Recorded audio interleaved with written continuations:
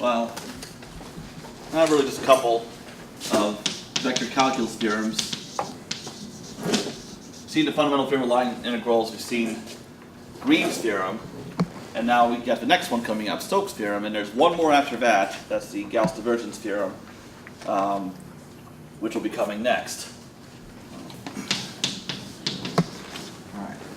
Now, so one of the forms, three forms of Green's theorem, where we have some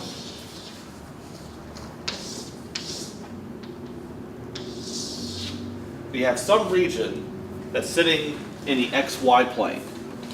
And then here we'll call that D. We have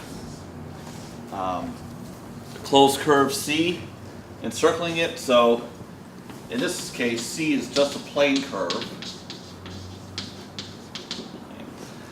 So one of the ways of writing Green's theorem is this, that the integral, line integral over a curve of a given vector field F is equal to double integral over the region inside of the curl of F. And when you take a dot product of that with a vector K, K is a standard basis vector that points in the positive z direction, 0, 0, 1,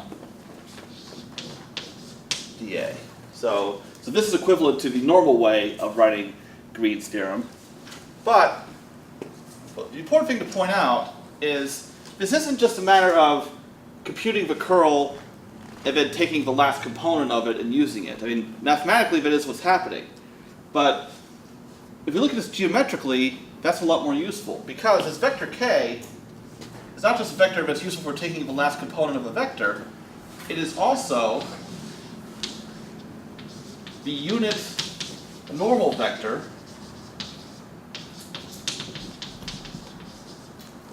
of this region, this surface, because it is a completely flat surface. It has a curved boundary, but the surface itself is flat. So at every point in D, this is the unit normal vector n, which in this example happens to be equal to k.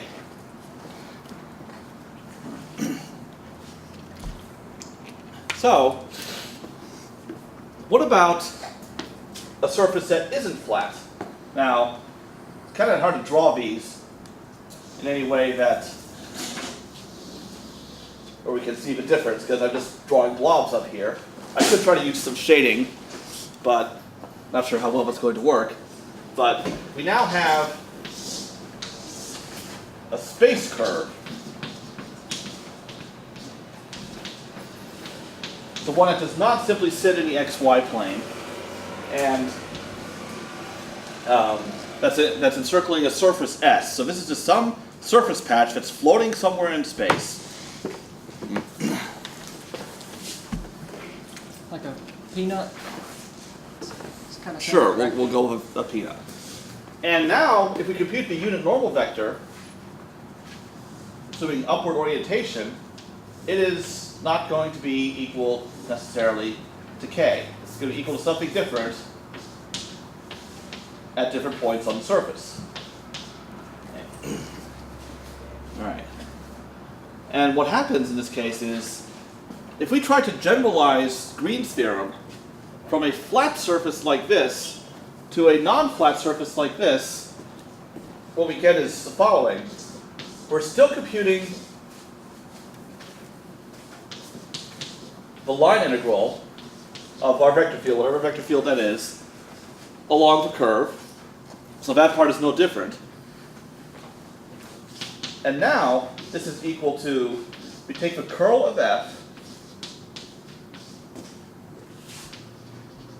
dot product with the normal vector, whatever that normal vector happens to be.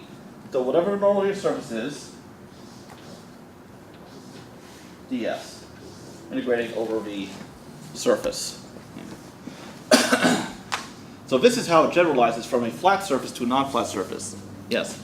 I know I'm not really haven't been keeping along because I'm not a student in this class anymore. But is there a sharp edge in that three-dimensional object anywhere, or is it like a smooth three-dimensional object? Like, would it be a plane with bumps on it, or would it be like a peanut shape? It's not necessarily. Or that's not relevant. It's not necessarily smooth. Really, what we're looking for is piecewise smooth. The curve could have like a corner in it, so something like that is allowed, and that could lead to the surface like having like taking a piece of paper and folding it. So that also is acceptable. So yeah, piecewise smooth is what we're looking for. And what's very important here though is C has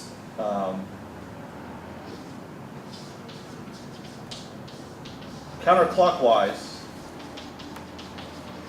in other words, positive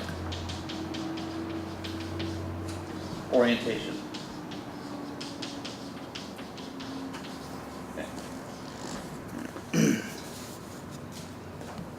Okay.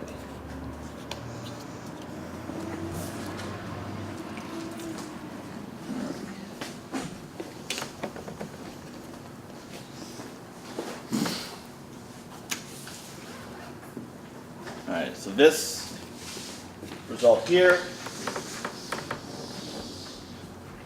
is called Stokes theorem.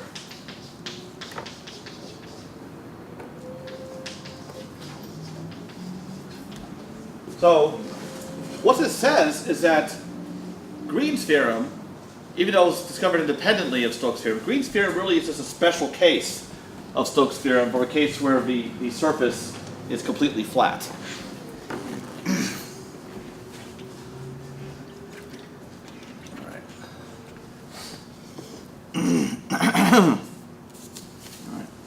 Now, the way you would actually evaluate these integrals, and we'll see this in some examples to follow.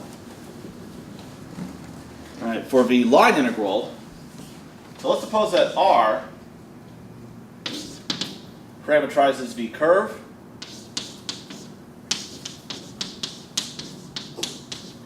and let's assume that the surface is also parameterized. I normally use R for surfaces, but I'm already using R. So I use a function g of uv, and uv belongs to some two-dimensional domain D. So the way we evaluate the line integral, from a to b, f of r of t dot r prime of t dt. Whereas the way we evaluate the surface integral is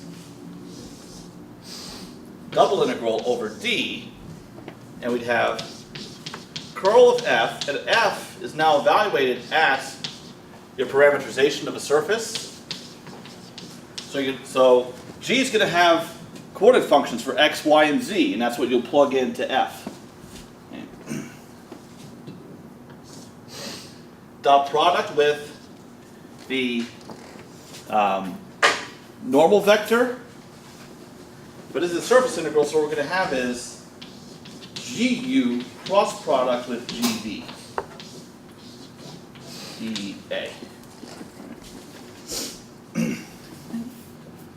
have a question, Yeah. real quick. How is it that these two are equivalent if this one takes into account our unit normal vector and this one isn't? Okay, what's happening here is, because this is actually defined to be equal to this. Because notice the bold S here. Okay. Yeah, So so the there's a bold is sort of difference. implied as taking into account the normal vector. Okay. Yeah. Okay. So once you have a parameterization of either a curve or a surface, Stokes' theorem says that these integrals are equal to each other, and this is how you would actually go about evaluating either one of them. Okay. So if you are given a vector field to integrate over a closed curve like C, You could try